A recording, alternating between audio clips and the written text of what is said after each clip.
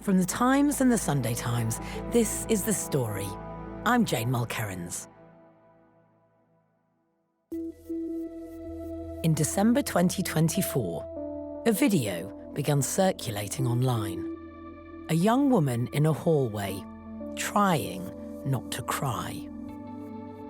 Then, documentary maker Josh Peters asks her a simple question, and she breaks down. Like more intense than you thought it might? Definitely. No. Sorry. It's okay. No, it's okay. Just take Yeah, 1 minute.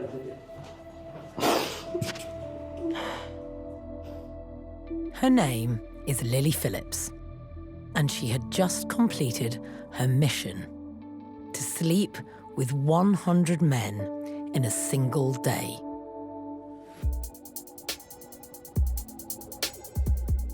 In the weeks that followed, Lily became one of the most polarising figures on the internet. Her controversial stunt ignited global debate about feminism, pornography, and the blurry lines between empowerment and exploitation in the digital age. I'm Lily Phillips, and today I'm getting ran through by 100 guys. Since her headline-grabbing stunt, Lily's profile has exploded. Most recently, a self-promoted 50-guy backdoor challenge. We'll let your imagination handle the rest. So who is Lily Phillips? And is she breaking boundaries or reinforcing them?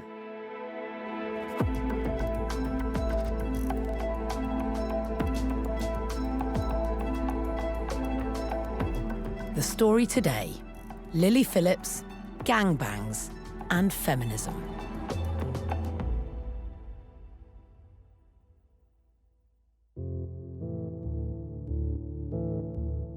My name's Katie Glass, and I'm a feature writer and columnist.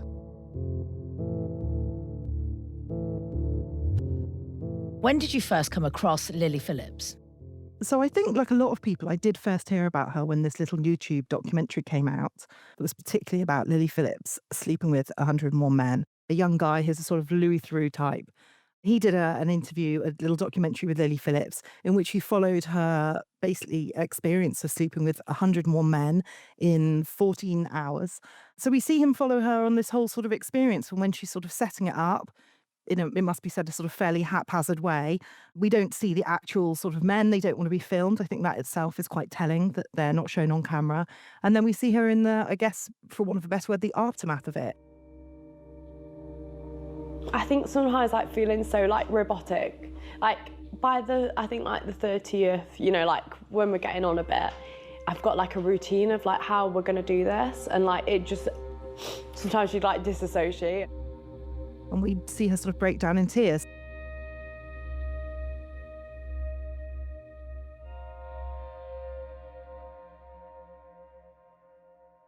I feel until Lily Phillips, the conversation around OnlyFans was quite sort of friendly and accessible and didn't seem that shocking.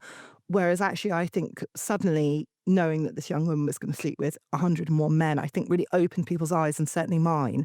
And so she had sort of been on the periphery of something I was aware of, that there was this sort of movement in OnlyFans that was getting more extreme, people doing more outrageous things. I sort of was old enough just about to remember, it must have been when I was quite a young teenager, that this thing had happened with Annabelle Chong.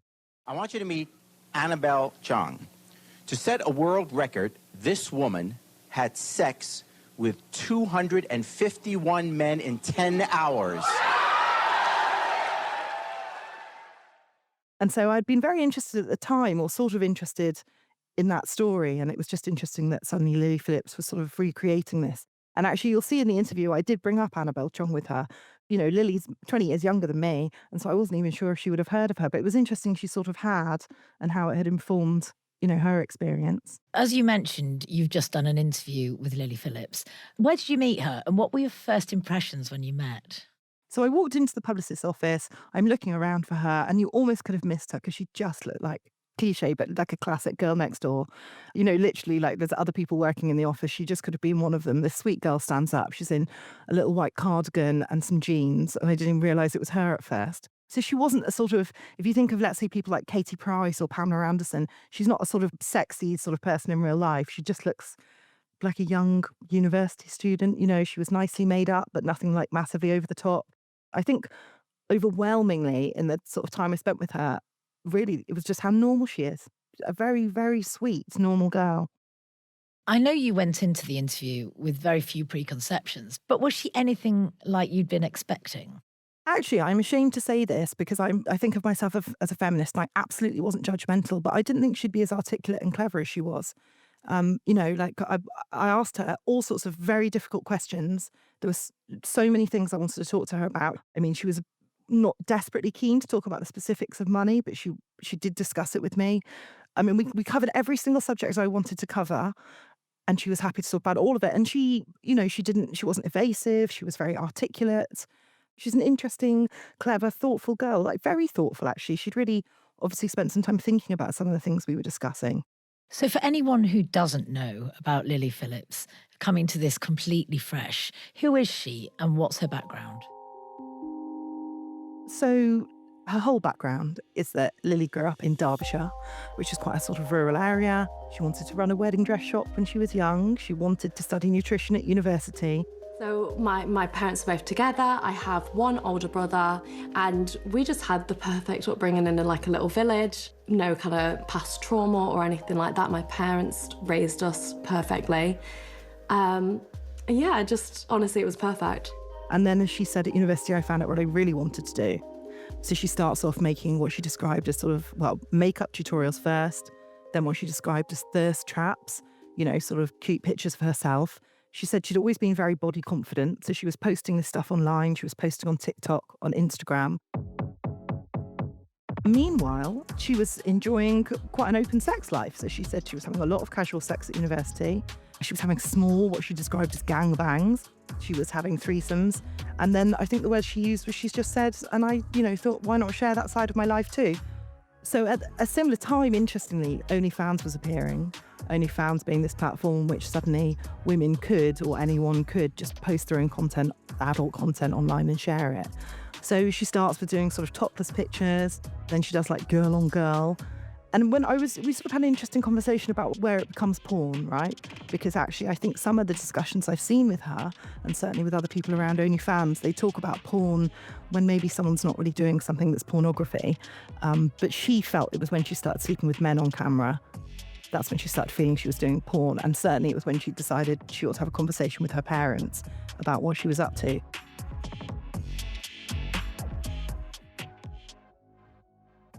So that's how she starts on OnlyFans. I've read her saying that she made like £2,000 in the first week.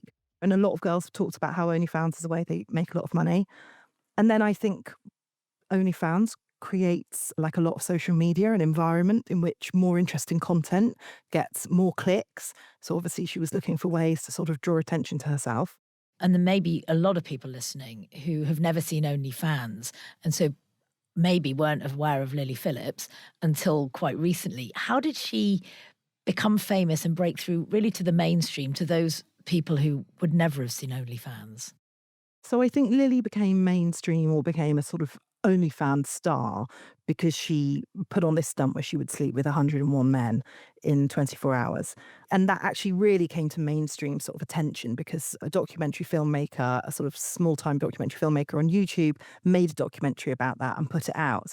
And I guess that's how it crossed the line, because people who wouldn't necessarily go and watch OnlyFans content, suddenly clips of this documentary were going viral over Twitter and going viral over Instagram. And in particular, a clip where Lily was crying after doing the stunt. She calls it a stunt, so I'll call it that too. Have you even processed, do you think, what's happened? Not yet. God, I won't forget this day, Jesus.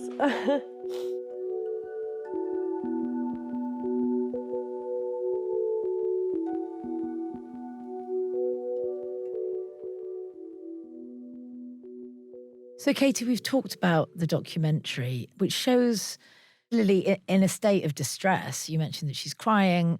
I guess the question that everybody is asking, she's making money out of it, but really, why is she going to these extremes?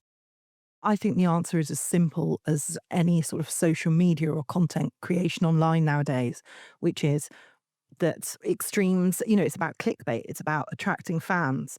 I mean, that's the interesting thing really about OnlyFans that I think Lily is an interesting sort of test case for that we haven't really, discussed yet. It's one thing to say, okay, it puts some pornography into the hands of the producers and it's empowering for these young women. But as we've seen with all sorts of social media and TikTok and Instagram, is that when content is being made by people and that platform is free, you are the product. So she is the product. And how is she going to be a product that people click on rather than clicking on another girl? Well, she's going to have to go to more and more extremes.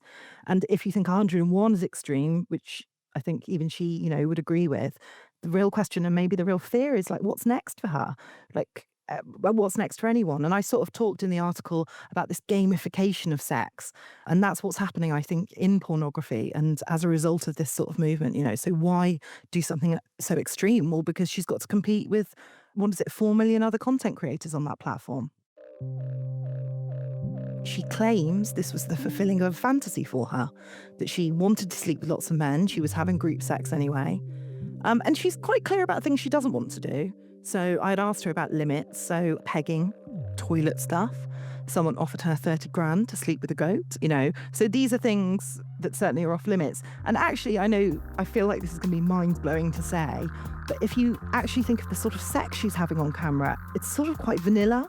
So, yes, there's a vast number of men involved, but I feel like, she's quite clear about the sort of sex she wants to have, which is fairly sort of straightforward. And no question, she's in a position where she needed to make content that was more interesting than what other girls were making to get, attention.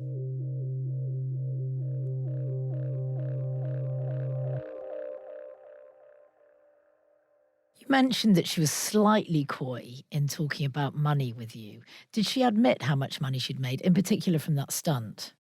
She wouldn't tell me specifically how much money she'd made. You see, in the interview, I do sort of press her a bit on this and I say, is it more than 500,000? She says, yes. More than 700? Yes. More than 1 million? And then she said, my parents say it's vulgar and unladylike to talk about money, which did make me laugh. And I said to her directly, I don't mean to be rude, but some people, it just seemed funny that those particular words, vulgar and unladylike, are something that she would apply to money, but not necessarily to sleeping with 100 people in a day. So does she believe that the work she's doing is a feminist act, that it's actually empowering because she's choosing to do it? So I asked her quite specifically, obviously she's been asked a lot, are you a feminist? Yes, she says she's a feminist because she believes in sexual equality, and this is sexual equality. I said, was it specifically a feminist act to sleep with 101 men? And she said, yes, she felt it was because she, as a woman, was in control of that experience, was in control of deciding to do it. No one forced her into it. She was saying there's no middleman like there used to be in porn. There's no pimp. There was no one, someone sort of forcing her to do a scene she didn't want to do. I would say I'm a feminist. I think it's extremely liberating to be able to have sex with anybody just like a man could. I think there's a different question, though, and we certainly talked about it, as to whether what might be a feminist act for her can itself be a feminist act for other women. So you say you're a feminist. She says she's a feminist. Does that feel paradoxical to you now that you've met her, that she could also be a feminist? Oh, no, not at all. Not at all. So I'm very much a sex positive feminist. And I guess what that means is that I always just think it's very important that equality is also about equality for women sexually, right? And I definitely was really struck by when I left her feeling like, gosh, this is a young woman who's got none of the sexual shame that like my generation feel. You get a load of feminists in their 40s who look down on a younger generation and say, no, you're wrong about that. And this is the way feminism is done. And I guess I just really wanted to be open to the idea that perhaps I'm wrong about this. Perhaps, I was really, really genuinely struck when I met her and when I left her, but just feeling she was like, she did seem happy. She seemed very confident, very comfortable in her own skin.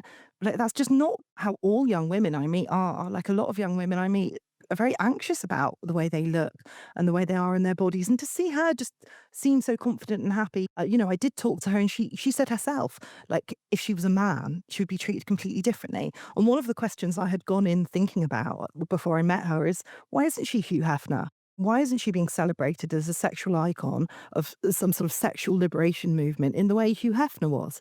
I mean, celebrated, mixed feelings about Hefner, but Do you know what I mean? And I really wanted to like sort of understand that. Like, why shouldn't she be? Why shouldn't that sort of be her story? So she's, in that way, you know, she's a different feminist to me. I suppose I'm a Marxist feminist. More problematic to me, definitely, is the idea of the money involved. If this is a true sexual fantasy for her, why didn't she have an orgasm? If this is a true sexual fantasy for her, why did the money need to be involved? You know, the commodification of the human body, I find more problematic, really. But seeing a woman who seems absolutely, I would say, shameless about her sexuality, but more without shame about her sexuality, it was actually sort of wonderful to see in a way. No one is forcing me to do this, and I feel like we're going back in time to where women are getting shamed for being a sluzzer, when I thought that's what we were trying to get away from.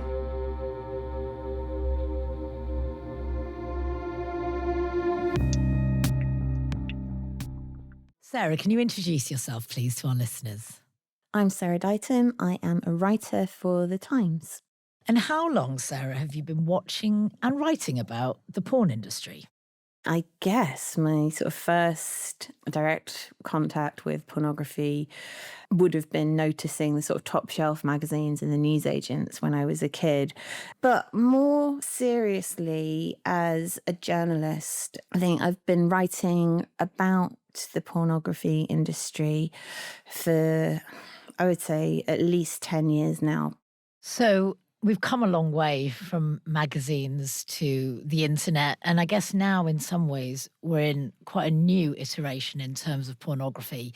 When you first heard about Lily Phillips, what did you think? So my daughter is 18 and she is, you know, she obviously occupies different parts of the internet to me. And the Lily Phillips story had really blown up on TikTok, I think, and had really become a massive talking point for young people and for my daughter and her peer group in terms of thinking about how they feel about pornography, how they feel about sex and relationships. So the first thing I heard about this was my daughter reciting some of the, you know, details about the 100 Men challenge to me. So that was quite a shocking way to, you know, you don't necessarily expect that to be dinner table, family time chat. And naturally as well, I think, you know, as a parent or as anybody who feels, you know, some responsibility for a young person, it is slightly alarming to be brought sort of face to face with the kind of thing that they are encountering out in the wilds of the internet as a young adult. So Lily says that she is the one taking control of her body and her business, however extreme that might be, with the help of OnlyFans. Did you also go to OnlyFans and have a look at that?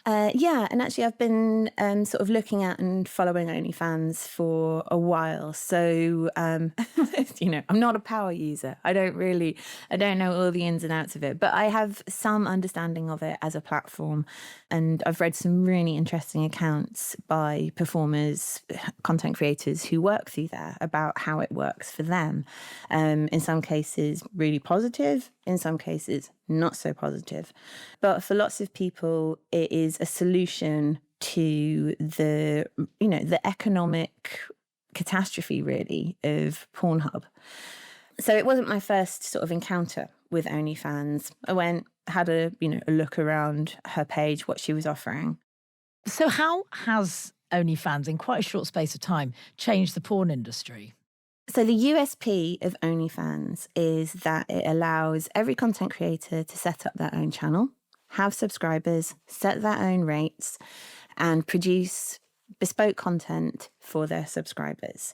On the face of it, that sounds fairly simple, but in terms of pornography, it is absolutely revolutionary because it means that you are selling an individual relationship, or certainly the consumer's idea of an individual relationship, one-on-one.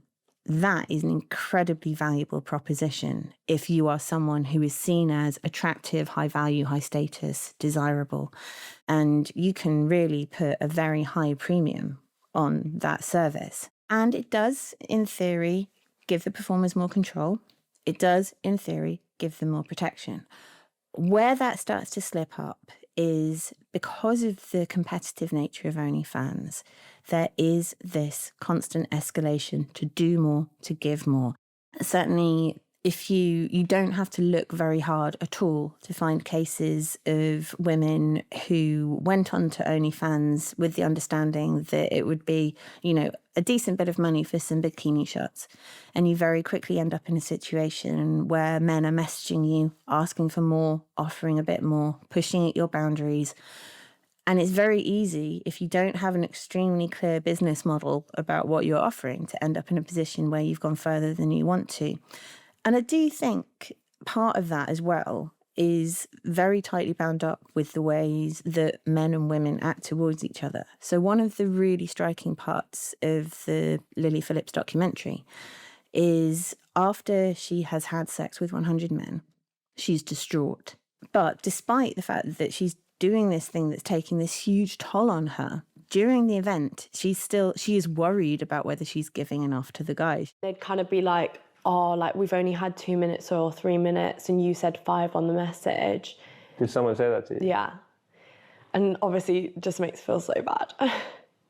Do you think you should feel bad about that? I guess when you've promised something to people who support you, it's kind of hard to let them down.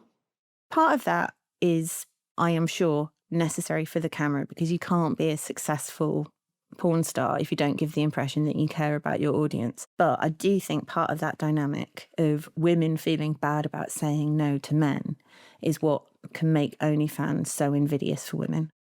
How has this sort of extreme porn culture, which is now, I guess, marketed as something that is, like any other subscriber channel, how is it affecting society? I think the sort of pervasiveness of pornography has, that's been happening for a long time.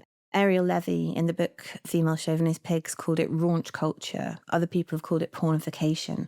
But this situation where the kind of the norms and the mannerisms and the aesthetic of pornography has been embraced by mainstream fashion and mainstream media and is now, pretty much fully normalised. For example, the Eva Herzegovina Hello Boys Wonderbra ad. That was a massive deal. That was a big sensation when that was launched in the mid-1990s. But, I can see I can see oiled racks on the tube anytime I walk past these days. The Overton window of boobs has really moved quite a long way. So Lily Phillips has talked about watching porn from the age of 11. She says, this is her choice. She thinks it's an empowering act. She thinks it's a feminist act. Is there an argument just that simply by being born into a very, very highly sexualized generation that is exposed to porn at 11, that while she says she's not a victim, she's automatically been exploited? One of the things about OnlyFans, because it puts all the onus on the individual, is that while the dynamics around it are exploitative, there's no one that you can point to and say, that's the pimp, that's the person we're blaming. If you look at Lily's choices, it's her making these choices. There's no reason to doubt her when she says that. It's just that the context in which she's making those choices are ones in which extreme sexual behaviour are always going to be encouraged, and maintaining your boundaries is bad for your business. So I think we have a conceptual problem, I guess, is the way I would put it, in terms of understanding that choice is not sovereign. Choice is always made in context. And the context in which someone on OnlyFans is making choices, they're dictated by the algorithm. They're dictated by the structure of the site that they're working on. And what do you think of the men who were signed up to have sex with Lily Phillips on camera? The men that were, I don't think we saw them in the documentary, but the men were lining up. I think they're appalling. And I think this is one of the problems with the perspective that the porn industry kind of forces you to take, because Lily Phillips is the star. Lily Phillips is the person we're talking about. But the reason that she is there doing those things is because there are these men who are willing and want to be engaged in it. And you have to say that it's not a very satisfying experience. It's a few seconds of penetration. So it doesn't matter that they don't get to orgasm. during their turn, is that they get to go away and enjoy having been part of this, kind of ritual physical humiliation of her.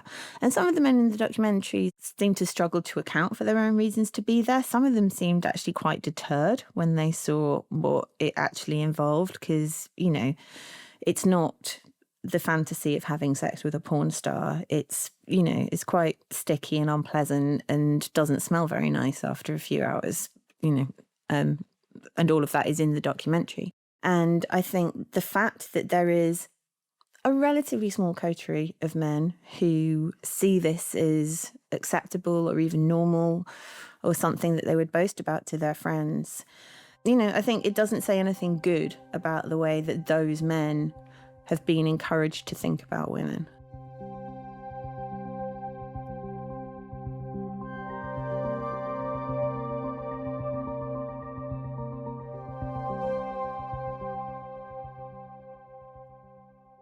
So talking about that debasement, Lily Phillips is the first porn star of the user content generated age to become, almost a household name at this point. Yeah. What do more traditional feminists and more, reactionary feminists make of her? Well, Julie Bendel, a radical feminist, has, I believe, said that every man who took part in the gangbang should be prosecuted, which I think is, that is the robust feminist position to take. You mentioned reactionary feminism, which is a kind of a recent strand of basically pushback to the sexual revolution that has emerged over the last few years. The sort of two biggest names in that are two writers called Louise Perry and Mary Harrington, who have really take a very strong line, not just against pornography, but against the idea that women can enjoy casual sex at all. My daughter said a really interesting thing to me. She said that having seen the way that Lily Phillips talks about her work and having watched the documentary, my daughter said it was like the mask slipped and you could see that this wasn't actually empowering for her. And it made my daughter reconsider the sort of narratives that she had absorbed about pornography being fun and a thing for consenting adults and empowering, to use the sort of dread E word. I think the most significant part of the feminist pushback actually doesn't come from people like me writing about it. It comes from young women who are able to see a perspective on the pornography industry and on the men who engage in pornography that they've not seen before, and use that to reconsider how they feel, what they think they're due, what kind of world they want to live in. What would you say to women who argue that she's doing what she wants, so it is empowering? It's really important to acknowledge that not everybody, leaves the pornography industry irredeemably harmed by it. Some people go into the porn industry, they make some money, they do fine, and they leave. But the nature of the sex industry is that it is ultimately an environment that is more liable to cause harm to people, especially to women. You are putting yourself in a vulnerable position, even if you're not doing contact work and actually physically having sex with people, even if you're just sharing pictures. You are putting a certain amount of power to shame and harm you into the hands of the people who have those images. And it shouldn't be that way, but it is that way. And one of the reasons that those images give pleasure to some men is because they do contain that possibility of shaming and harming the woman who's made them. And, as in any industry, but much more pointedly because this is an industry that is about having sex, the less powerful you are within the industry, the more likely you are to suffer.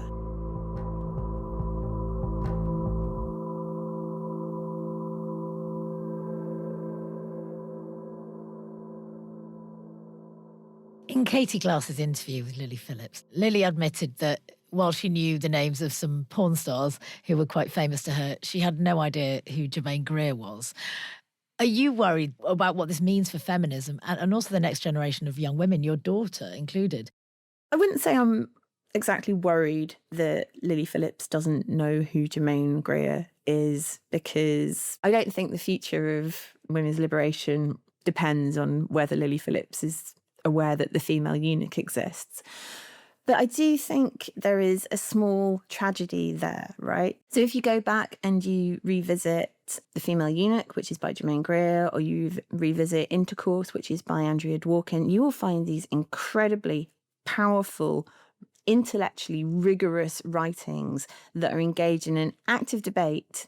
And because the anti-porn feminist movement in particular was treated with incredible disdain and seen as absolutely defeated by the time the internet came around, that work was, essentially discarded and treated as irrelevant. But actually, it's one of the most important resources that we've got for dealing with the situation that we're currently living with. I want to bring it back to your daughter and her rethinking of her initial take on Lily Phillips after you'd watched the documentary, after seeing her cry. If Lily Phillips is in some ways getting her message out while also inadvertently getting young women to have a rethink, do you think on one level we could see her as a potential feminist hero? Is she some sort of sexual Trojan horse? I guess I would say that there is this pattern of women who are brought into public visibility as the avatars of the porn industry. Every time there's this sort of suggestion that this time it's different. This time the porn industry has changed. This time this one has control over her career and it's going to be different. But actually, the risks and the problems inherent in the sex industry don't go away because you change the technology or you change the medium. Sometimes they get worse because you change the technology and you change the medium. So you can certainly zoom in on, a coterie of women who are in a position to set their own terms, but there are a lot of women much further down the food chain who aren't in that position, who are more economically precarious, who are dealing with poverty, who are dealing with addiction, who are dealing with coercive or exploitative men who are profiting from their work. If you focus on this idea that anything a woman says yes to is her free choice and good because of that, and you don't think about the context in which those choices are being made, then you're actually missing the whole picture, and you are missing a lot of people who are being hurt.